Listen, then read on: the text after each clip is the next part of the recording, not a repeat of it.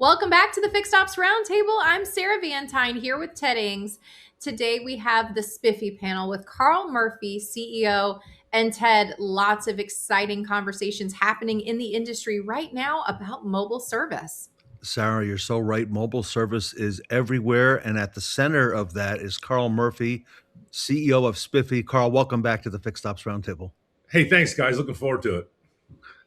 Well, Karl, to jump right in, mobile service has been talked about for years, but execution has been inconsistent. What's been missing in how dealerships approach mobile operations? Yes, I think there's two things that are challenging for a dealership. One is a defined strategy at the management level. Like, hey, why are we getting into mobile today?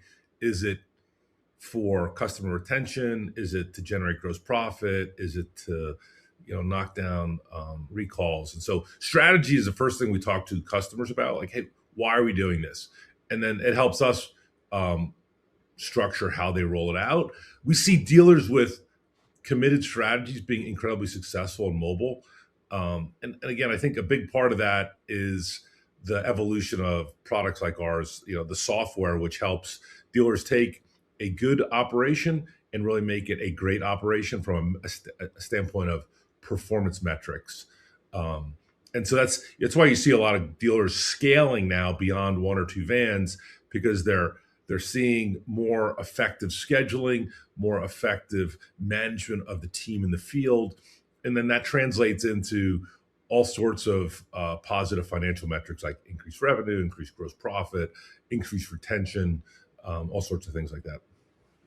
And you're right, Karl. Dealers are scaling. We're seeing they start with the one. Next thing you know, it's got that two, they got that three, and then up from there. And they do it for all different types of reasons.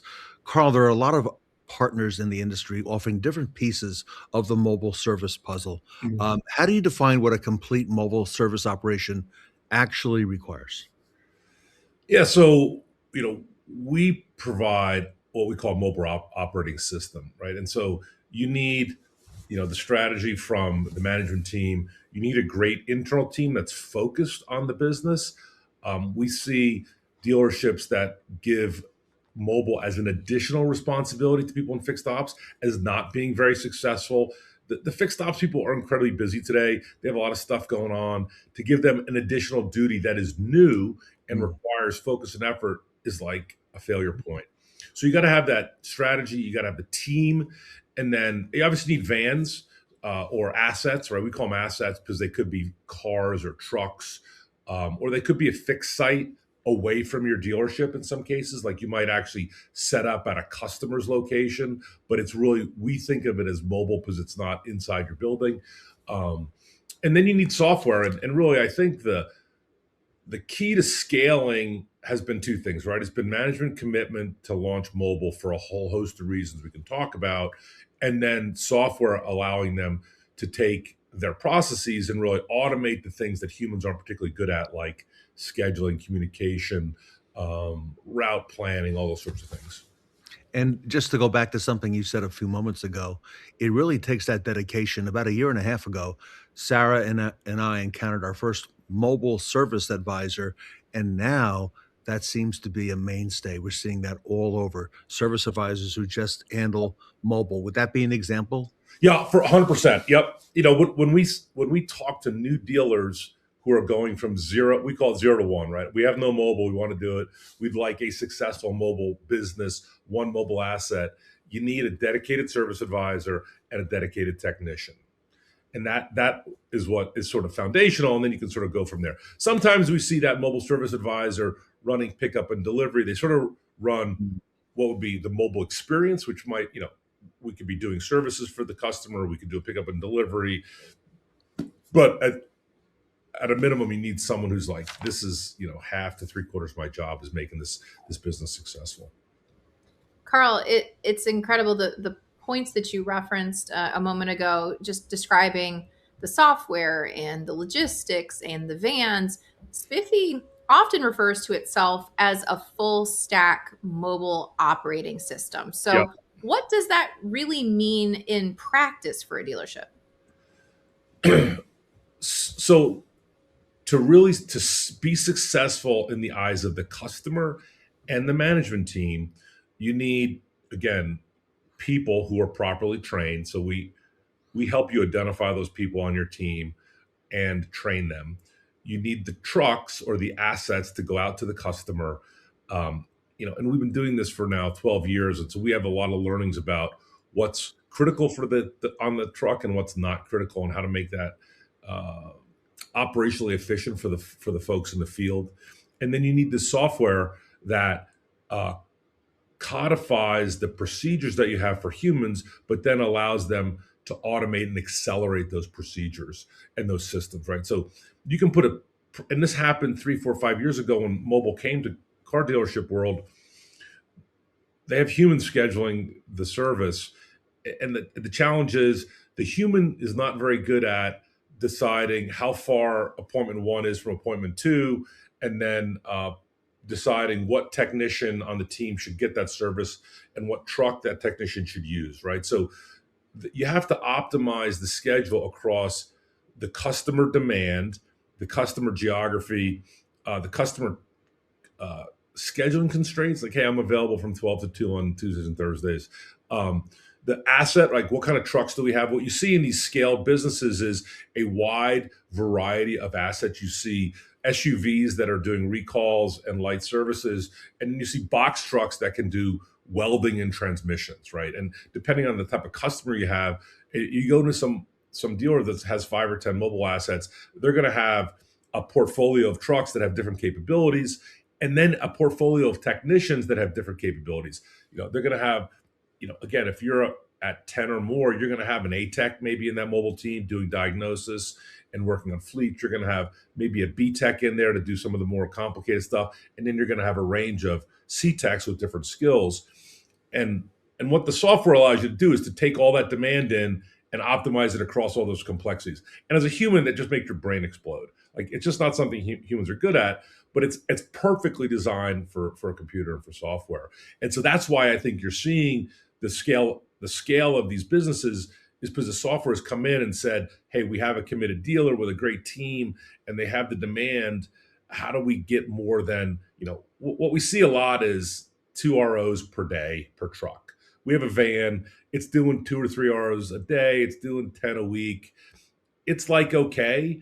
And the okay is the customer loves it. Like, dealers who do mobile service, the customer ratings are spectacular. It's the hard part is the execution of how do I get beyond 2 ROs a day so I can have really significant and consistent gross profits coming into that line of business. And our great friend Jim Sabino at All American Ford loves to talk about how the customers love the service, and we've heard a whole lot and seen it with Ed Roberts and Jeremy down at Bozard. Carl, Hey, can I'll you? tell you, Ted. The most controversial thing I say to dealer principals and Yes, executives is mobile demand is unlimited. and that's controversial. It is, and they're like, well, there's lots of story around that. I'm like, look, 60% of what's happening in your fixed op shop can be done mobily, and every customer wants it done in their driveway. Yes, yes. Now they don't want you to tear apart their engine in a driveway, but they certainly want oil change, tires, recalls, that sort of thing. And on the fleet side, they really don't care what you do as long as you get the vehicle back to them really fast. Yep, yep. Carl, can you walk through some key components of the Spiffy platform? Uh, let's say from customer scheduling through service execution, even payment. Yeah, so I would say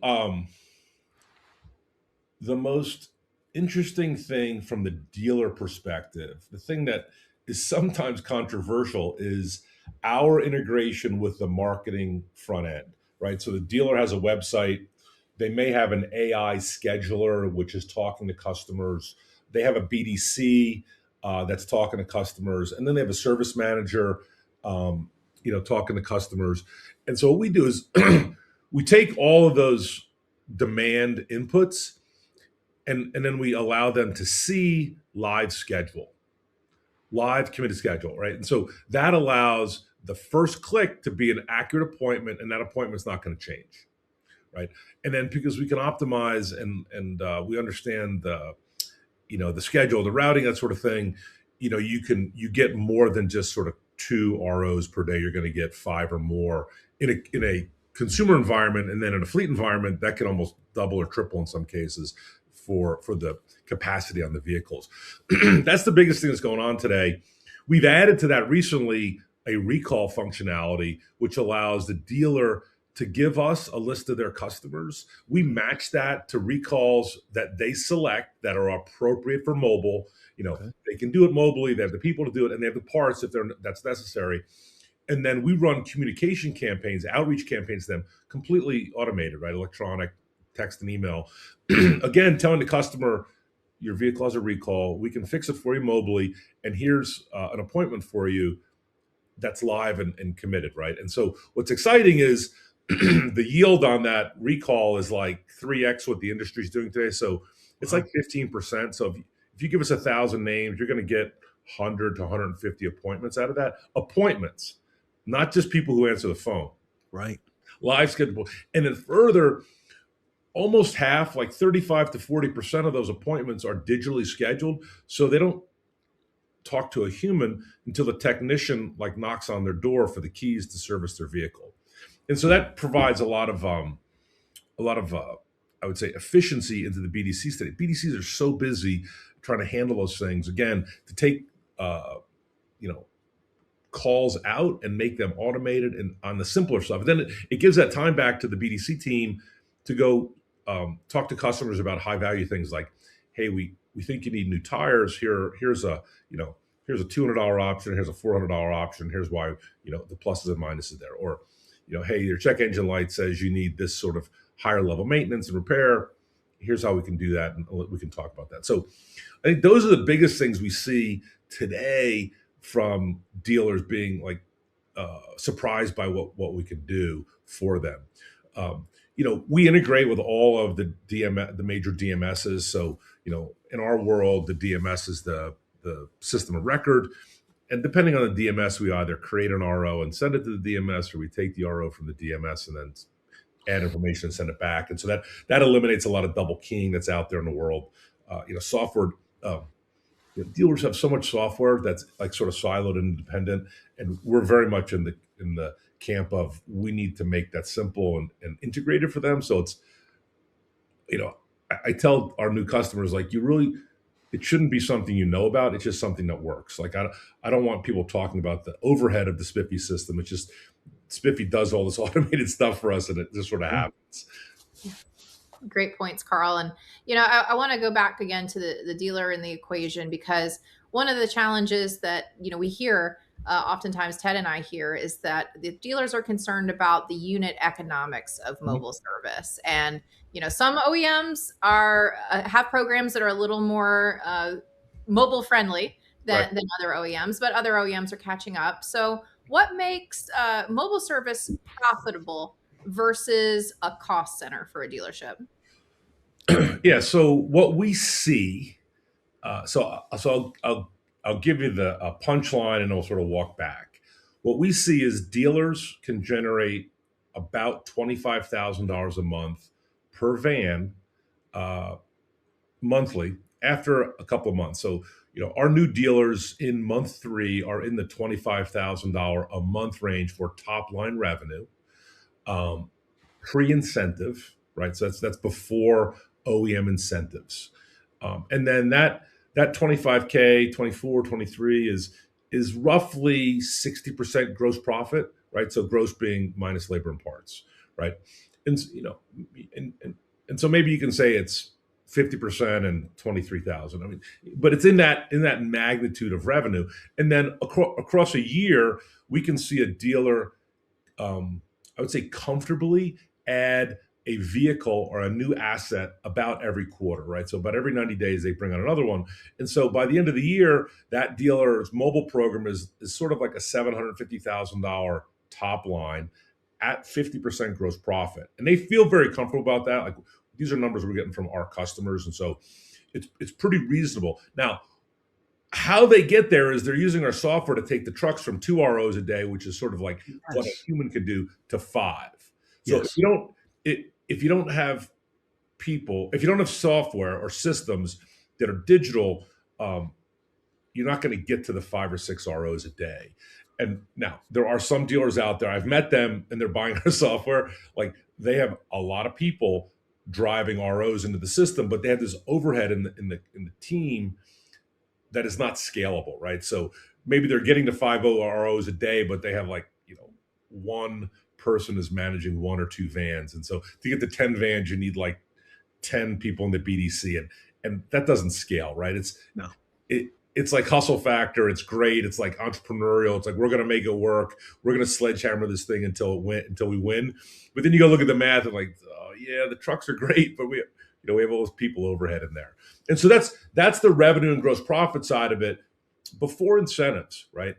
And then the incentives are sort of accelerants on that. And what you see is the dealers, what I see anecdotally is the dealers today who have gotten to scale have sort of taken they've very clearly taken the incentive money and set that aside from their raw economics. Like that's like bonus for us, right? And we're and we'll deal with that with the CFO later, but we're going to go build a business around the cost of the van, the cost of the technician, the optimization of that vehicle, and then the pricing that we see. We do spend a lot of time. I would say one of the biggest, and again, this is another controversial topic for me between owners, is mobile service is a new product which is different from fixed ops. Now, what you do for the customer is very similar, but it's in their driveway. And so subsequently, it should be priced differently than fixed ops, right? So if I have to drive across town 10 miles to the dealer and wait an hour for an oil change, that's less, should be a lower price than I come to your driveway. I have to walk to my front door. I give you the keys. An hour later, you're not, okay, the car's done. You want to take a look at it, and go away. And really your total time investment is like minutes, not hours. And so that convenience should be priced accordingly.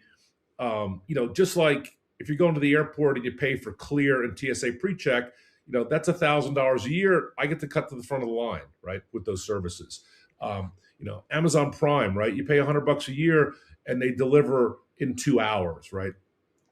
All of those convenient customers today sort of demand that convenience of come to my house, and they're willing to pay more for that. And when dealers don't add that price into the service, they're really doing themselves a disservice, because it really handicaps that line of business from being successful from a revenue and a gross profit standpoint. We, as an inside baseball, we're very against travel fees and upcharges. Like the line item mobile costs more. Hey, we're coming to you, 25, 50, 75, sort of whatever the market is. We think that's a really bad idea. But we do think, if your price is X for a service, like an oil change is called $75 at the shop, getting $100 to $125 on a flat rate is absolutely doable. And the thing, again, there's a lot of pressure in the economy today. Talks of recession, gas prices, rise of the cost of vehicles. All those things are real, but I think the miss for the dealership is that mobile is for the convenient-oriented consumer. And if someone pushes back on paying more for that, they're not a mobile customer, and you should go find somebody else to go sell to, right? The mobile customer is, probably top 20% of the population by income. They tend to be younger, right? Sure, yeah. I tell the story about my first experience with the convenience-oriented consumer was in 2016 when my daughter ordered 2 cookies delivered to our home at 11 o'clock at night. This guy shows up and he's like, "Can I speak to your daughter?" I'm like, "No, it's 11 o'clock at night, dude. You're in the wrong place." He's like, No. I'm from Insomnia Cookies, and she ordered 2 cookies. I'm like, "Okay." So, we go through this and I'm like, "Hey, what these cookies cost?" Well, the cookies were $5 a piece. That's crazy. How much was the delivery charge? $10. She was $20 for 2 cookies. And I go to her, guess what? They're okay with it. It's fine. Yeah. Her money. Yeah. She had a part-time job. I said, "Sweetie, we have Betty Crocker in the cabinet. Like, go make cookies." "I don't have time. I'm studying." I'm like, "Sweetie, $20, I would have made you cookies." Right. But it was very informative for me to see that and to have that, like, literally in my living room, this discussion about convenience. Now she's 26, 27, has her own job, and is very quick to order Instacart, Uber Eats, Amazon Prime, etc. And the expectation is like, push button shows up later, and later is soon, right? It's not 3 to 5 days, right? Shipping today, 5 days is like, did you send it on a Conestoga wagon? Like, why does it take so long, right? And so I think it's important to have that discussion with dealers, because mobile is for the convenience oriented consumer, and then it's for the fleet, right? So fleet is a separate sort of um, uh, customer and a discussion around that, but they'll also pay more because they don't want the vehicle sidelined, because those vehicles are revenue producing for them. And so the idea of, if you're, just for argument's sake, if your labor rate's $150 an hour in the shop, it's very easy to get 175 to 200 mobily to do it in their shop, because there's this Right. comfort with the fleet manager to see the vehicle torn apart in his parking lot. They love it. Everybody, Spiffy is the trusted partner to so many dealers. On the Fixed Ops Roundtable, we have watched it grow and grow. And the key to scaling is to have the tools that you're hearing about today from Karl Murphy, the CEO at Spiffy. Sarah, I cannot think of a more exciting time, just with the convenience factor and the changing consumer preferences that Karl's talking about right now. So much opportunity for dealerships to really take advantage of the behaviors that customers are already taking advantage of in other platforms. Apply it to your dealership, apply it to your service business. And Ted, as you said, Spiffy is the leader in these solutions for dealerships. You can learn more at getspiffy.com/software. And Karl's email is on the screen, Karl with a K at getspiffy.com. Karl, congratulations, and keep it up, because it was just a couple of years ago that we started talking about mobile, and now everyone's talking about mobile, and you're squarely in the middle of that. So, congratulations, and looking forward to hearing how this continues to grow and progress, and Spiffy's success with working with dealers. Thanks, Ted. Thanks, Sarah. I really appreciate the opportunity to talk to you guys. Everybody, Karl Murphy with Spiffy, the leader in the industry, here with us today at the Fixed Ops Roundtable.